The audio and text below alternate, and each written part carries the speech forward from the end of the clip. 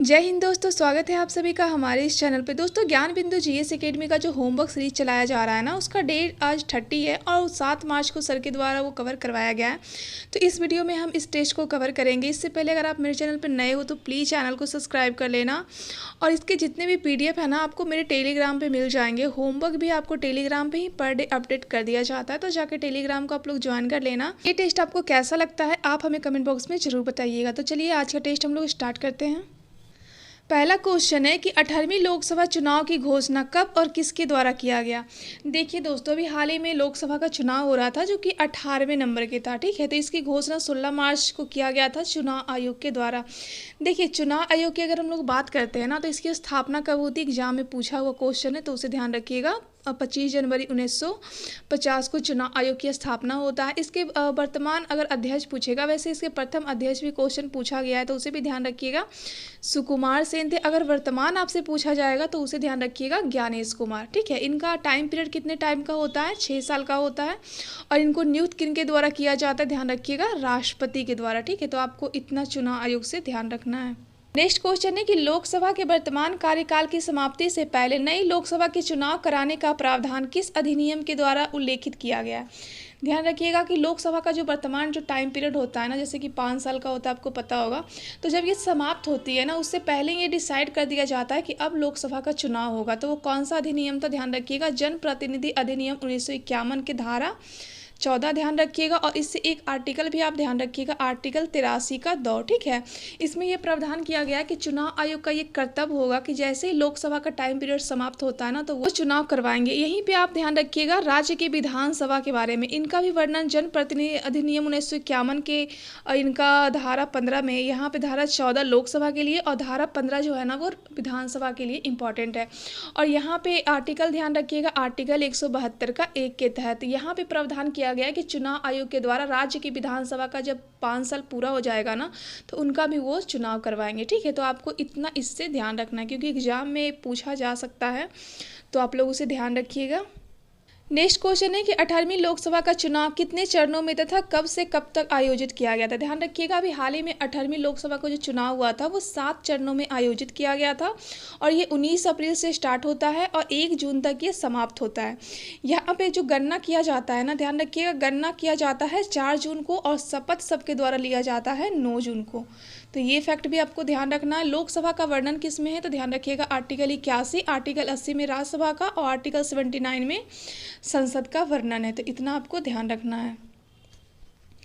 Next question है कि 18वीं लोकसभा में कौन से 2 अलायंस गठबंधन समूह ने भाग लिया था। देखिए, जब 18वीं लोकसभा चुनाव हो रहा था ना, तो 2 जो गठबंधन थे वो काफ़ी ज़्यादा चर्चे में थे। एक तो NDA हो जाएगा और दूसरा इंडिया हो जाएगा। ठीक है, इंडिया का जो प्रतिनिधित्व है वो कांग्रेस के द्वारा किया जा रहा था और NDA का प्रतिनिधित्व BJP के द्वारा किया जा रहा था। ध्यान रखिएगा, जो चुनाव हुआ था ना, उसमें टोटल 293 सीटें NDA के पास आया था और वहीं पर 234 सीटें जो था वो इंडिया के पास गया था। तो इतना आपको ध्यान रखना है। इसके बाद जब चुनाव किया गया तो फिर NDA की सरकार बना था। प्रधानमंत्री नरेंद्र मोदी तीसरी बार ये शपथ लेते हैं और ये कैबिन नंबर के होते हैं, ये आपसे पूछा जा सकता है। अगर क्रम वाइज बात करते हैं ना, तो ये 19वें नंबर के होते हैं। अगर व्यक्तिगत वाइज बात किया जाएगा तो ध्यान रखिएगा, ये 15वें नंबर के। ठीक है, नेक्स्ट क्वेश्चन है कि 18वीं लोकसभा चुनाव में कुल कितने मतदाताओं ने भाग लिया था। ध्यान रखिएगा, 96.8 करोड़ लोगों ने 18वीं लोकसभा चुनाव में उन्होंने भाग लिया था। नेक्स्ट क्वेश्चन है कि 18वीं लोकसभा में पहली बार अंडमान निकोबार द्वीप समूह की किस जनजाति ने भाग लिया था। ध्यान रखिएगा, पहली बार अंडमान निकोबार द्वीप समूह की सोमपेन जनजाति ने भाग लिया था। अगर अंडमान के बारे में पूछा जाएगा तो वैसे यहाँ से क्वेश्चन ये भी पूछा गया है ना कि ये अंडमान में कहाँ पे, किस द्वीप पे, तो ध्यान रखिएगा, ग्रेट निकोबार द्वीप पे सोमपेन जनजाति का निवास है। देखिए, यहाँ पे अंडमान से पूछा है। अगर आपसे त्रिपुरा से पूछा जाएगा तो यहाँ की एक ब्रू जनजाति थी जिन्होंने पहली बार उन्होंने भी मतदान किया था 18वीं लोकसभा चुनाव में, तो आपको वो भी ध्यान में रखना है। नेक्स्ट क्वेश्चन है कि 18वीं लोकसभा के लिए कितनी सीटों पर चुनाव आयोजित किए गए और गणना कितनी सीटों पर किया गया था। ध्यान रखिएगा, 18वीं लोकसभा का जो चुनाव था ना, वो 543 सीटों पे किया गया था, लेकिन गिनती इसका जो 4 जून को किया गया था वो 542 सीटों पे ही किया गया था, क्योंकि इसमें जो एक सीट था ना, वो निर्विरोध रूप से चुना हुआ था। और ये याद रखिए, एग्जाम पॉइंट ऑफ व्यू से काफ़ी इंपॉर्टेंट है। ये कहाँ से चुना गया था, ध्यान रखिएगा, सूरत के लोकसभा सीट से चुना गया था और इनका नाम ध्यान रखिएगा मुकेश दलाल। ठीक है, इतना आपको इसमें ध्यान रखना है। नेक्स्ट क्वेश्चन है कि चुनाव से पहले आदर्श आचार संहिता किसके द्वारा लगाया जाता है? ध्यान रखिएगा चुनाव आयोग के द्वारा ही आदर्श आचार संहिता को लगाया जाता है। और ये लगाया कब गया था? तो ध्यान रखिएगा 16 मार्च को जब चुनाव आयोग ने चुनाव की घोषणा कर दी थी ना, उसी समय उन्होंने ये आचार संहिता लागू कर दी थी। ठीक है, तो उसे आप ध्यान रखिएगा। नेक्स्ट क्वेश्चन है कि 18वीं लोकसभा चुनाव में किस सीट को निर्विरोध घोषित किया गया था? ध्यान रखिएगा ये सूरत का सीट था जहां से मुकेश दलाल को निर्विरोध रूप से चुना गया था। ठीक है, और यहाँ पे 543 सीटों पे चुनाव होता है, लेकिन 542 सीटों को ही यहाँ पे गिना जाता है क्योंकि एक तो यहीं पे निर्विरोध हो गया ना, तो उसे ध्यान रखिएगा। नेक्स्ट क्वेश्चन है कि 18वीं लोकसभा चुनाव में सर्वाधिक मत किस उम्मीदवार ने प्राप्त किया था? तो सबसे ज़्यादा जो मत था ना वो इंदौर के लोकसभा से थे शंकर लालवानी। ठीक है, तो इनका नाम आप लोग रट जाइएगा क्योंकि अगर आपसे 18वीं लोकसभा का चुनाव पूछेगा ना तो यही सारे फैक्ट आपको एग्जाम में देखने को मिलेगा। तो सारे 18वीं लोकसभा का पॉइंट आप लोग एक जगह इकट्ठे कर लेना, उसको रिवीजन करते रहना। ठीक है, नेक्स्ट क्वेश्चन है कि 18वीं लोकसभा में किस संसदीय क्षेत्र से नोटा को सर्वाधिक मत प्राप्त हुआ था? ध्यान रखिएगा सबसे ज़्यादा नोटा जो है ना वो इंदौर लोकसभा से इसको दबाया गया था, तो उसे ध्यान रखिएगा। नेक्स्ट क्वेश्चन है कि 18वीं लोकसभा चुनाव में सर्वाधिक मत किस राजनीतिक पार्टी को प्राप्त हुआ था? ध्यान रखिएगा सबसे ज़्यादा जो वोट है ना वो बीजेपी को मिला था 240 वोट, वहीं पे कांग्रेस को 99 वोट मिला था। और कांग्रेस किसका प्रतिनिधित्व कर रहा था? ध्यान रखिएगा इंडिया का, और बीजेपी कर रहा था एनडीए का। एनडीए के तहत इनको कितना वोट आया था? 293 सीटें इनको मिला था। और यहाँ पे जो कांग्रेस है ना इंडिया के तहत जो ये नेतृत्व कर रहे थे, इसमें इनको 234 सीटें प्राप्त हुई थी, तो इसे भी ध्यान रखिएगा। नेक्स्ट क्वेश्चन है कि 18वीं लोकसभा चुनाव में एनडीए गठबंधन ने कुल कितनी सीटों के साथ सरकार बनाई थी? ध्यान रखिएगा 293 सीटें। अगर आपसे इंडिया पूछा जाएगा तो ध्यान रखिएगा 234 सीटें। नेक्स्ट क्वेश्चन है कि 18वीं लोकसभा चुनाव में आरजेडी, जदयू तथा लोजपा को क्रमशः कितनी सीटें मिली है? देखिए कि बिहार के संदर्भ में क्वेश्चन पूछा गया था। ध्यान रखिएगा आरजेडी को 4 सीटें मिली थी, वहीं पे जो लोजपा थे ना 5 सीटें और जदयू को 12 सीटें मिली थी, तो ये आपको रट जाना है दोस्तों। ये देखिए पिछले जो टेस्ट था ना इसी का ये रिवीजन है। तो इसका पहला क्वेश्चन है कि एशिया का सबसे बड़ा आदिवासी त्यौहार जो कि मेदाराम जातरा है, इसका आयोजन कहाँ पे किया जाता है? ध्यान रखिएगा तेलंगाना में। दूसरा है कि सर्ववेद महामंदिर कहाँ अवस्थित है? ध्यान रखिएगा वाराणसी में। नेक्स्ट है कि दुनिया का पहला ओम आकार का मंदिर का उद्घाटन कहाँ पे किया गया? ध्यान रखिएगा राजस्थान के पाली में किया गया है। नेक्स्ट क्वेश्चन है कि पीपुल्स बायोडायवर्सिटी रजिस्टर किस राज्य ने प्रकाशित किया था? ध्यान रखिएगा केरला के द्वारा किया गया था। नेक्स्ट क्वेश्चन है कि प्रोजेक्ट परी किस मंत्रालय के द्वारा शुरू किया गया? तो ये संस्कृति मंत्रालय। और नेक्स्ट है कि विश्व शिल्प शहर के रूप में आधिकारिक मान्यता किसे दिया गया? तो श्रीनगर को, और ये विश्व शिल्प परिषद के द्वारा दिया गया। ठीक है, तो ये मैं आपको कल कवर करवा दी हूँ, तो आप कल का वीडियो देख लेना क्योंकि यहाँ पे पॉसिबल नहीं है उसको फिर से कवर करवाना। नेक्स्ट है कि चराइदेव मोइदम कहाँ अवस्थित है? ध्यान रखिएगा ये यूनेस्को का भी हाल ही में साइट शामिल हुआ था जो कि असम में है, और ये अहोम जनजाति का टीला है। नेक्स्ट है कि 19वां दिव्य कला मेला का आयोजन कहाँ पे किया गया? ध्यान रखिएगा विशाखापट्टनम में किया गया है। ठीक है, नेक्स्ट क्वेश्चन है कि निम्नलिखित में से कौन सी जीवाणु जनित बीमारी नहीं है? ध्यान रखिएगा यहाँ पे पूछा गया है कि कौन सा बैक्टीरिया से नहीं होता है, कौन सा रोग? तपेदिक तो होता है, प्लेग भी होता है और डिप्थीरिया भी होता है, लेकिन पोलियो और जो रेबीज है ना ये वायरस से होता है, ये जीवाणु से नहीं होता है। ठीक है, और जितने भी माइक्रो ऑर्गेनिज्म से जो भी बीमारियां होती है ना ये संक्रमित होती हैं। ठीक है, तो आपको इसे भी ध्यान रखना है। यहाँ पे कुछ सुमेलित करने का है। पहला क्वेश्चन है कि भारतीय कृषि अनुसंधान संस्थान कहाँ पे? ध्यान रखिएगा नई दिल्ली में। वहीं पे केंद्रीय तंबाकू शोध संस्थान कहाँ पे है? तो राजमुंद्री में ये है। चाहे अनुसंधान पूछेगा तो ध्यान रखिएगा ये जोरहाट में हो जाएगा। वहीं पे तसर सिल्क जो विकास केंद्र है ना वो भागलपुर हो जाएगा। तो ये काफ़ी इंपॉर्टेंट है दोस्तों, इसे आप लोग रट जाना क्योंकि ऐसे क्वेश्चन एग्जाम में आते हैं जो सबसे नहीं बनते हैं। तो आप लोग ऐसे क्वेश्चन को कम से कम ज़्यादा ध्यान दीजिए क्योंकि नॉर्मल क्वेश्चन तो अधिकतर बना के ही आते हैं, इसी से रिजल्ट होता है एग्जाम में। नेक्स्ट क्वेश्चन है कि ऑस्ट्रेलिया की महान प्रवाल भीति का संबंध किस महासागर से है? ध्यान रखिएगा प्रशांत महासागर से। देखिए ये जो महान प्रवाल भीति जिसको ग्रेट बैरियर रीफ भी कहा जाता है, तो ये देखिए ऑस्ट्रेलिया हो गया। ठीक है, ऑस्ट्रेलिया का जो यहाँ पे पूर्वी तट है ना यहीं पे ये प्रशांत महासागर में ये ग्रेट बैरियर रीफ पाया जाता है और विश्व में सबसे बड़ी प्रवाल भीति यहीं पाई जाती है। प्रवाल भीति को मूंगा के नाम से भी जाना जाता है, ध्यान रखिएगा। और भारत का जो लक्षद्वीप है ना वो प्रवालों का ही द्वीप है जो कि 36 द्वीपों से बना हुआ है, तो इसे भी ध्यान रखिए क्योंकि ये भी एग्जाम में पूछा हुआ क्वेश्चन है। ठीक है, नेक्स्ट क्वेश्चन है कि राज्य मंत्रिपरिषद और राज्यपाल के बीच की कड़ी किसे कहा जाता है। ध्यान रखिएगा, राज्य के जो मंत्रिपरिषद होते हैं और जो राज्यपाल होते हैं इनके बीच का कड़ी कौन होता है। ध्यान रखिएगा, मुख्यमंत्री। अगर यहाँ पे केंद्र आ जाएगा तो केंद्र के भी जो मंत्रिपरिषद और राज्यपाल जो राष्ट्रपति होते हैं ना, इनके बीच का कड़ी कौन होते हैं, तो प्रधानमंत्री होते हैं। देखिए, मंत्रिपरिषद की बात करते हैं तो मंत्रिपरिषद जो होते हैं ना, वो सामूहिक रूप से किसके प्रति उत्तरदायी होते हैं। ध्यान रखिएगा, विधानसभा के प्रति होते हैं। अगर आपसे पूछा जाएगा कि मंत्रिपरिषद व्यक्तिगत रूप से किसके प्रति उत्तरदायी होते हैं, ध्यान रखिएगा, ये राज्यपाल के प्रति होते हैं। ठीक है, तो इसे आप ध्यान रखिएगा। और सेंटर के स्तर पे भी सेम है, तो आप लोग एक ध्यान रख लो, सारे में आपका काम आ जाएगा। नेक्स्ट क्वेश्चन है कि किस एंटी टैंक गाइडेड मिसाइल को दागो और भूल जाओ पत्ती पर संचालित किया जाता है। तो ध्यान रखिएगा, ये नाग जो गाइडेड मिसाइल है ना, इसी को दागो और भूल जाओ पत्ती पर संचालित किया गया। यहाँ से आपको क्वेश्चन पूछा जाएगा दोस्तों कि आकाश मिसाइल कहाँ से कहाँ मार करती है। ध्यान रखिएगा, ये वायु से वायु में मार करती है। अगर आपसे पूछा जाएगा अग्नि कहाँ से मार करती है, तो इसे ध्यान रखिएगा, अग्नि जो है ना वो सतह से सतह पे वार करती है। अगर त्रिशूल आपसे पूछा जाएगा तो ध्यान रखिएगा, ये सतह से वायु की तरफ मार करती है। ठीक है, तो इतना आपको ध्यान रखना है क्योंकि यहाँ से भी एग्जाम में क्वेश्चन बने हैं। नेक्स्ट क्वेश्चन है कि नाथुल्ला दर्रे को किस युद्ध के बाद बंद कर दिया गया था। ध्यान रखिएगा, ये जो नाथुल्ला दर्रा है ना, वो सिक्किम में है और यहाँ पे जयलेपला दर्रा भी है। तो दोनों दर्रा आप रट लेना क्योंकि दोनों एग्जाम में पूछे गए हैं। देखिए, 1962 में जब भारत चीन का युद्ध हुआ था ना, तो यहाँ पे नाथुल्ला दर्रे की तरफ से ही वो लोग आए थे, तो इसको उन्होंने बंद कर दिया। उसके बाद उन्होंने 2006 में इसको पुनः उन्होंने ओपन करा और यहाँ से वाणिज्यिक जो भी कार्य होते हैं वो वर्तमान में होते हैं, तो इसे आपको ध्यान रखना है। नेक्स्ट क्वेश्चन है कि नमस्ते शालोम पत्रिका किन दो देशों से संबंधित है। तो ध्यान रखिएगा, नमस्ते जो शालोम है ना, वो भारत और इजराइल से इसका संबंध है।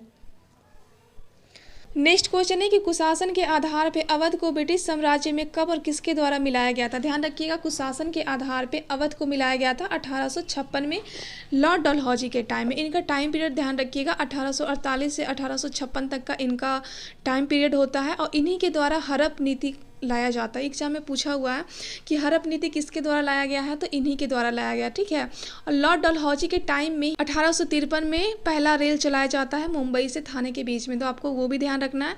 देखिए, यहाँ पे अवध की बात करते हैं तो अवध का ध्यान रखिएगा कि अवध की स्थापना किसके द्वारा किया गया था, सआदत खां के द्वारा किया गया था और सआदत खां को ही बुरहान उल मुल्क की उपाधि दिया गया था मुगल बादशाह के द्वारा। ठीक है, ये एग्जाम में पूछा हुआ है दरोगा में ही, तो आप लोग इसे रट जाइएगा।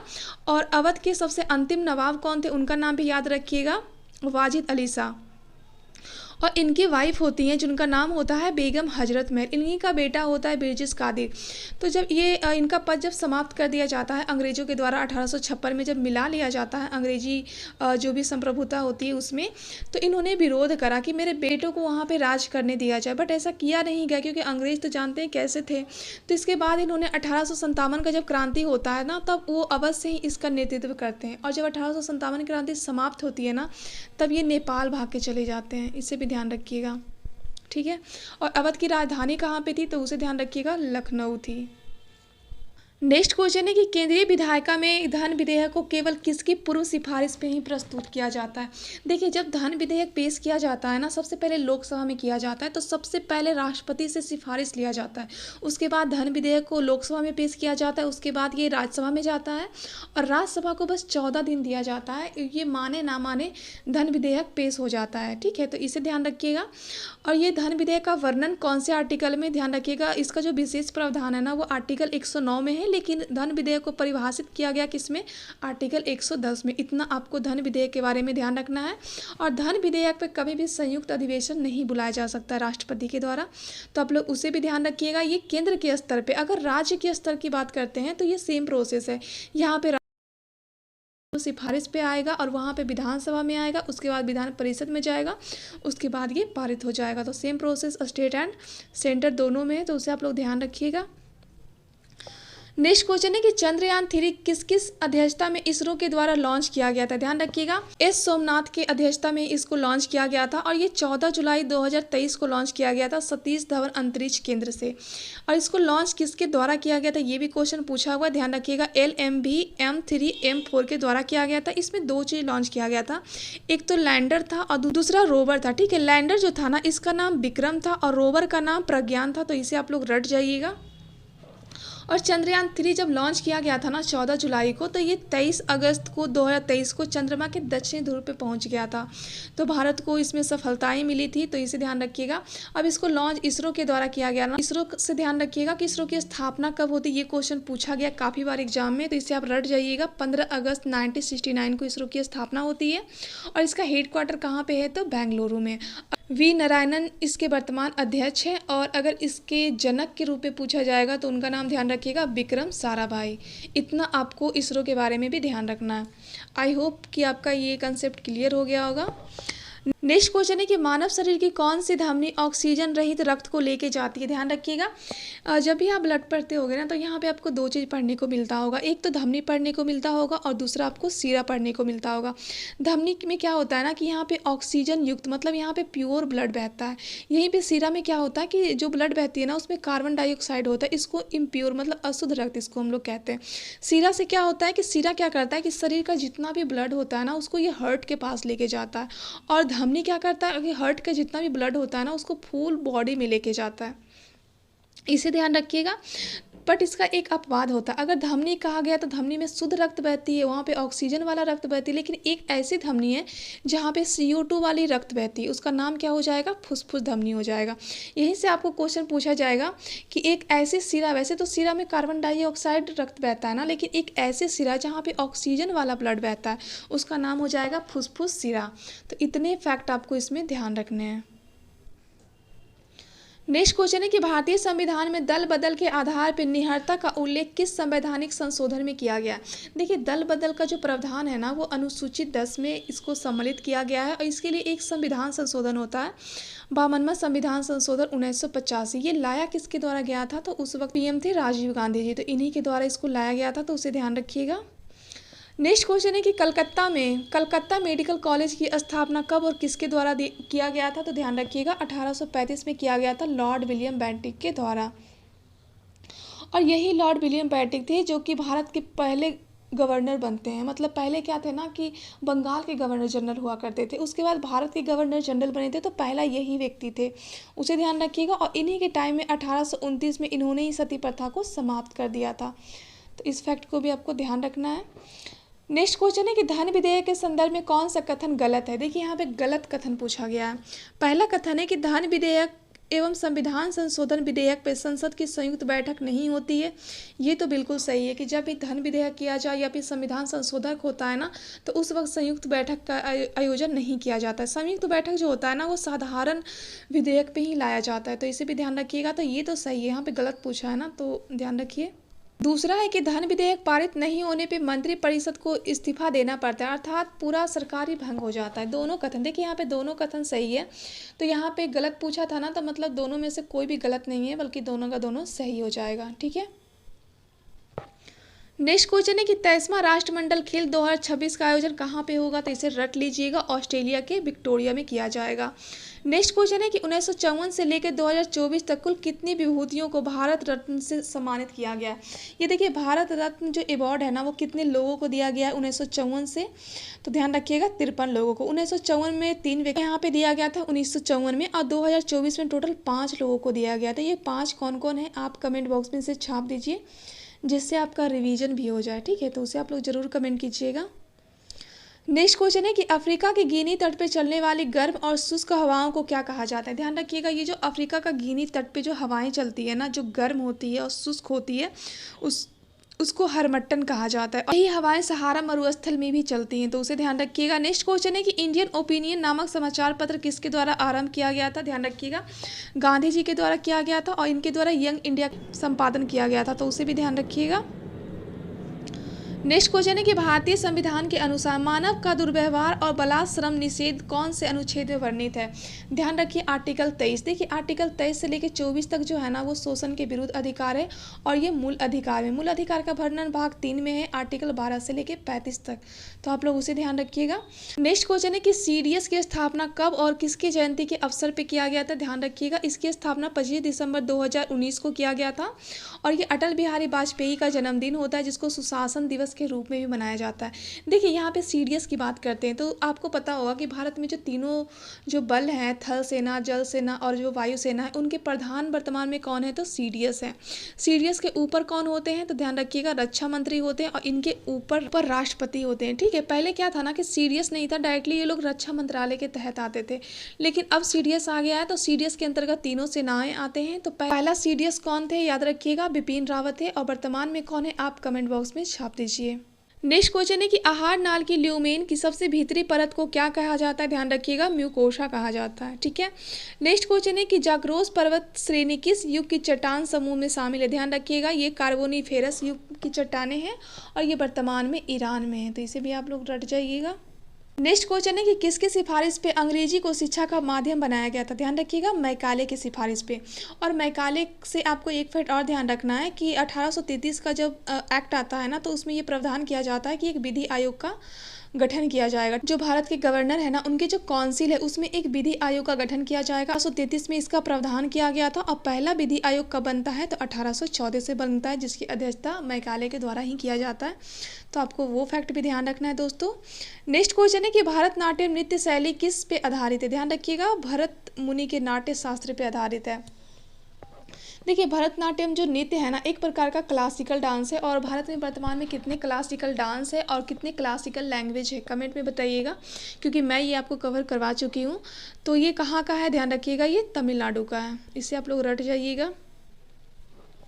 नेक्स्ट क्वेश्चन है कि जायकबाड़ी परियोजना कहाँ और किस नदी पे अवस्थित है, ध्यान रखिएगा ये गोदावरी नदी पे अवस्थित है और ये महाराष्ट्र में। बात अगर गोदावरी की करते हैं ना तो दक्षिण का गंगा या फिर बृहद गंगा कहा जाता है और दक्षिण भारत की सबसे बड़ी नदी कोई है तो ये गोदावरी ही है। ठीक है, तो उसे भी ध्यान रखिएगा। नेक्स्ट क्वेश्चन है कि सही सही सुमेलित कीजिए। यहाँ पे कुछ जनजाति है और ये उसके राज्य पूछा गया है। देखिए जरवा जो है ना वो अंडमान निकोबार द्वीप समूह में रहा करते हैं। कुकी कहाँ रहते हैं, ध्यान रखिएगा मणिपुर। और थारू हो जाएगा आपका उत्तर प्रदेश और गोंड आपका हो जाएगा मध्य प्रदेश। तो इसे आप लोग रट जाइएगा दोस्तों, काफ़ी इंपॉर्टेंट है ये। नेक्स्ट क्वेश्चन है कि द्रविड़ प्रजाति मुख्यतः भारत के किस भाग में संकेंद्रित है, ध्यान रखिएगा ये दक्षिण भारत में संकेंद्रित है। नेक्स्ट है कि भारत की 3 बड़ी जनजाति कौन सी है, ध्यान रखिएगा सबसे बड़ी जनजाति भील है, उसके बाद गोंड है, उसके बाद संथाल है। तो ये आपको क्रोनोलॉजी ध्यान रखना है। नेक्स्ट क्वेश्चन है कि किस जनजाति के लोग स्वयं को विष्णु के मीन अवतार से जोड़ते हैं, ध्यान रखिएगा ये मीन जनजाति हैं और ये राजस्थान में पाए जाते हैं। नेक्स्ट क्वेश्चन है कि भारत आने वाले सबसे पहला और सबसे अंतिम प्रजाति कौन सा है, सबसे पहला निग्रो जनजाति आए थे और सबसे लास्ट में कौन आए हैं तो नाडिग जनजाति हैं, दोनों को आपको ध्यान रखना है। नेक्स्ट क्वेश्चन है कि भारत की किस जनजाति में बहुपति विवाह का प्रचलन देखने को मिलता है। देखिए यहाँ पे एक महिलाएं काफ़ी ज़्यादा पतियाँ रखती हैं, तो ये टोंडा जनजाति हो जाएंगे जो कि आपका नीलगिरी पर्वत पे देखने को मिलता है दक्षिण भारत में। और ये जौनसारी जनजाति जो कि उत्तराखंड में है। ठीक है, तो इसे आप लोग रट जाइएगा। नेक्स्ट क्वेश्चन है कि दुनिया भर की सबसे बड़ी जनजाति कौन सी है तथा ये मुख्यतः कहाँ पाई जाती है। देखिए दुनिया की सबसे बड़ी जनजाति मंगोलॉइड है और ये सबसे ज़्यादा चीनी क्षेत्रों में पाया जाता है। ठीक है, नेक्स्ट क्वेश्चन है कि कौन सी जनजाति भारत के बंगाल के खाड़ी द्वीपों में, वैसे तो बहुत सारी जनजाति है लेकिन आप जारवा ध्यान रखिएगा। नेक्स्ट क्वेश्चन है कि भारत के किन राज्यों और केंद्र शासित प्रदेशों में जनजाति समुदाय पहचान नहीं है। देखिए कौन सा ऐसा स्टेट एंड यूटी है जहाँ पे जनजाति है ही नहीं, तो यहाँ पे जनजाति जो है ना बिल्कुल नहीं है। चंडीगढ़, हरियाणा, पंजाब, दिल्ली और पांडुचेरी, यहाँ पे एक भी आपको जनजाति देखने को नहीं मिलेगा। नेक्स्ट क्वेश्चन है कि सरहूल त्यौहार कौन सी जनजाति के द्वारा मनाया जाता है, ध्यान रखिएगा ये झारखंड में और ये उराव जनजाति के द्वारा मनाया जाता है। ये दोनों क्वेश्चन एग्जाम में पूछा गया, एक बार तो पूछा हुआ था कि ये कहाँ मनाया जाता है, झारखंड में, और किसके द्वारा मनाया जाता है तो उराव जनजाति के द्वारा। ठीक है, तो आपको दोनों रट जाना है। नेक्स्ट क्वेश्चन है कि सर्वप्रथम जनजातियों के लिए आदिवासी शब्द का प्रयोग किसने करा था, ध्यान रखिएगा ठक्कर बप्पा के द्वारा करा गया था। नेक्स्ट है कि राज्य विधानसभा में धन विधेयक को किसकी अनुमति से प्रस्तुत किया जाता है, तो ध्यान रखिएगा राज्यपाल की पूर्व अनुमति से ही प्रस्तुत किया जाता है। ठीक है, नेक्स्ट क्वेश्चन है कि राज्यपाल द्वारा अध्यादेश जारी करने की शक्ति कौन से आर्टिकल में। देखिए राज्यपाल जो है ना आर्टिकल 213 के तहत जारी करते हैं, वहीं आर्टिकल 123 के तहत राष्ट्रपति अध्यादेश जारी करते हैं। और एक अध्यादेश का टाइम पीरियड कितना होता है, 6 मंथ होता है और अगर सत्र स्टार्ट हो जाता है तो 6 वीक होता है। तो इसे भी आपको रट जाना है। नेक्स्ट क्वेश्चन है कि किस संविधान संशोधन अधिनियम में एक ही व्यक्ति को 2 या 2 से अधिक राज्यों का राज्यपाल बनाने का प्रावधान किया गया? ध्यान रखिएगा, 7वां संविधान संशोधन 1956 के तहत। नेक्स्ट क्वेश्चन है कि भारतीय संविधान के किस अनुच्छेद के अंतर्गत राज्यपाल महाधिवक्ता की नियुक्ति करते? ध्यान रखिएगा, आर्टिकल 165 के द्वारा। नेक्स्ट क्वेश्चन है कि किस आयोग ने राज्यपाल के लिए 5 वर्ष निश्चित कार्यकाल कर दिया था? तो ध्यान रखिएगा, पुंची आयोग। और पुंची आयोग का संबंध केंद्र और राज्य से भी है, तो उसे भी ध्यान रखिएगा। नेक्स्ट क्वेश्चन है कि भारतीय संविधान के किस अनुच्छेद में राज्यपाल के लिए विशेष अभिभाषण का प्रावधान है? ध्यान रखिएगा, राज्यपाल जो भाषण देंगे ना, वो आर्टिकल 176 में उनका प्रावधान किया गया है। ठीक है। नेक्स्ट क्वेश्चन है कि किसी राज्य के राज्यपाल के संबंध में निम्न में से कौन सा कथन यहाँ पे सही पूछा गया है? पहला कथन है कि उनको भारत के मुख्य न्यायाधीश नियुक्त करते हैं। पहला तो गलत हो गया, क्योंकि राज्यपाल को नियुक्त मुख्य न्यायाधीश के द्वारा नहीं किया जाता है। दूसरा है कि वे राष्ट्रपति की इच्छा पे ही पद पे रहते हैं। बिल्कुल सही है, और इनको राष्ट्रपति के द्वारा ही नियुक्त किया जाता है। और तीसरा है कि उनमें राज्य की कार्यकारी शक्तियाँ निहित होती है। बिल्कुल सही है। चौथा है कि वे समानतः 5 वर्ष के लिए पद पे होते। बिल्कुल सही है। तो इसका राइट आंसर 2, 3 और 4 हो जाएगा, तो उसे ध्यान रखिएगा। नेक्स्ट क्वेश्चन है कि निम्नलिखित में से कौन सा कार्य राज्यपाल के द्वारा किया जाता है? पहला है कि विधानसभा का सत्रवासन करना, ये करते हैं।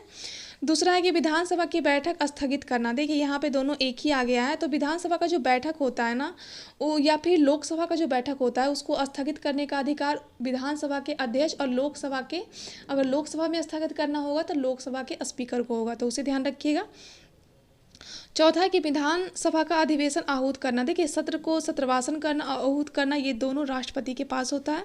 तो यहाँ पे सही पूछा हुआ था ना, तो इसका 1 और डी हो जाएगा, तो उसे भी ध्यान रखिएगा। नेक्स्ट क्वेश्चन है कि राजस्थान के राज्यपाल के संदर्भ में निम्नलिखित कथनों पे विचार कीजिए। देखिए यहाँ पे सभी राज्यपाल के संदर्भ में ध्यान रखिएगा। पहला कथन है कि उसे भारत का नागरिक होना चाहिए, ये तो बिल्कुल सही है। दूसरा का है कि उसकी आयु कम से कम 35 वर्ष होना चाहिए, ये भी सही है। तीसरा है कि उसमें लोकसभा का सदस्य बनने की योग्यता होना चाहिए। देखिए राज्यपाल के बारे में पूछा हुआ है ना, ये तो नहीं हो जाएगा। चौथा है कि वह 1 से अधिक राज्यों के राज्यपाल हो सकते हैं, ये सही है। तो इतना आपको ध्यान रखना है। नेक्स्ट क्वेश्चन है कि राप्त गुप्तार किस भाषा में प्रकाशित किया गया था? ये जो बुक था ना, वो दादा भाई नौरोजी का था, जो कि आंग्ल गुजराती लैंग्वेज में प्रकाशित किया गया था। नेक्स्ट क्वेश्चन है कि किस आंदोलन के कारण भारतीय राष्ट्रीय कांग्रेस का विभाजन हुआ, जिसके परिणाम स्वरूप नरम दल और गरम दल का उद्भव होता है? ध्यान रखिएगा, 1905 में जब स्वदेशी आंदोलन स्टार्ट होता है ना, तो उसी वक्त दोनों के बीच मतभेद हो जाता है, और बाद में 1907 में जाके सूरत में इनका विभाजन ऑलमोस्ट हो जाता है। तो आप लोग उसे ध्यान रखिएगा। नेक्स्ट क्वेश्चन है कि कार्यकारिणी के गठन के प्रश्न में गांधी जी से विवाद हो जाने के कारण सुभाष चंद्र बोस ने त्यागपत्र दे दिया। तत्पश्चात अध्यक्ष किसे बनाया गया था? देखिए सुभाष चंद्र बोस जी के द्वारा 1938 का अधिवेशन, हरिपुरा अधिवेशन और 1939 का त्रिपुरी अधिवेशन। त्रिपुरी ध्यान रखिएगा, त्रिपुरा नहीं, त्रिपुरी अधिवेशन जो था ना, वो कि 52वां अधिवेशन था, और ये नर्मदा नदी पे आयोजित किया गया था। यहाँ पे क्या होता है ना कि गांधी जी से इनका विवाद हो जाता है, तो ये अध्यक्ष पद से इस्तीफा दे देते हैं। उसके बाद राजेंद्र प्रसाद जी इसके अध्यक्ष बनते हैं, तो आपको उसे ध्यान रखना है। नेक्स्ट क्वेश्चन है कि निम्नलिखित आंदोलन पे विचार कीजिए। देखिए यहाँ पे कुछ आंदोलन है, और ये इसका आरोही क्रम सजाने के लिए कह रहा है। ध्यान रखिए, इस भोपाल विद्रोह नहीं होगा, मोपला विद्रोह होगा, जो कि 1921 में हुआ था। वहीं पे चंपारण 1917 में होता है, और बारदोली 1928 में होता है पटेल जी के नेतृत्व में। नमक सत्याग्रह स्टार्ट होता है 1930 में। ठीक है, तो ये क्रोनोलॉजी आपको ध्यान में रखना है, क्योंकि ये सारे विद्रोह कहीं ना कहीं एग्जाम में पूछे गए हैं, तो इसे आप लोग कवर कर लेना। ठीक है, आगे चलते हैं। नेक्स्ट क्वेश्चन है कि राजा राम मोहन राय ने मुगल बादशाह अकबर द्वितीय के राजदूत के रूप में इंग्लैंड की यात्रा उन्होंने कब किया था? ध्यान रखिएगा, 1830 में किया था, और इन्हीं के प्रयासों से 1929 में जो सती प्रथा है ना, वो समाप्त हो जाता है, तो उसे भी ध्यान रखिएगा। नेक्स्ट क्वेश्चन है कि सरोजिनी नायडू को नाइटिंगेल ऑफ इंडिया कह के किसके द्वारा संबोधित किया गया था? ध्यान रखिएगा, गांधी जी के द्वारा। नेक्स्ट क्वेश्चन है कि समाजवाद को भारत की समस्याओं को हल करने की कुंजी किसके द्वारा बताया गया? तो ध्यान रखिएगा, नेहरू जी के द्वारा। नेक्स्ट क्वेश्चन है कि हिंदुस्तान सोशलिस्ट रिपब्लिक एसोसिएशन की स्थापना कब और कहाँ पे किया गया था? ध्यान रखिएगा, 1928 में किया गया था, और दिल्ली के फिरोज शाह कोटला मैदान में किया गया था, और भगत सिंह और चंद्रशेखर आजाद के द्वारा किया गया था। नेक्स्ट क्वेश्चन है कि बॉम्बे, मद्रास, कलकत्ता में हाई कोर्ट की स्थापना कब हुआ था? ध्यान रखिएगा, 1861 के अधिनियम के तहत ये प्रावधान किया गया था, और 1862 में यहाँ पे हाई कोर्ट की स्थापना हो जाती है, तो आपको उसे भी ध्यान रखना है दोस्तों।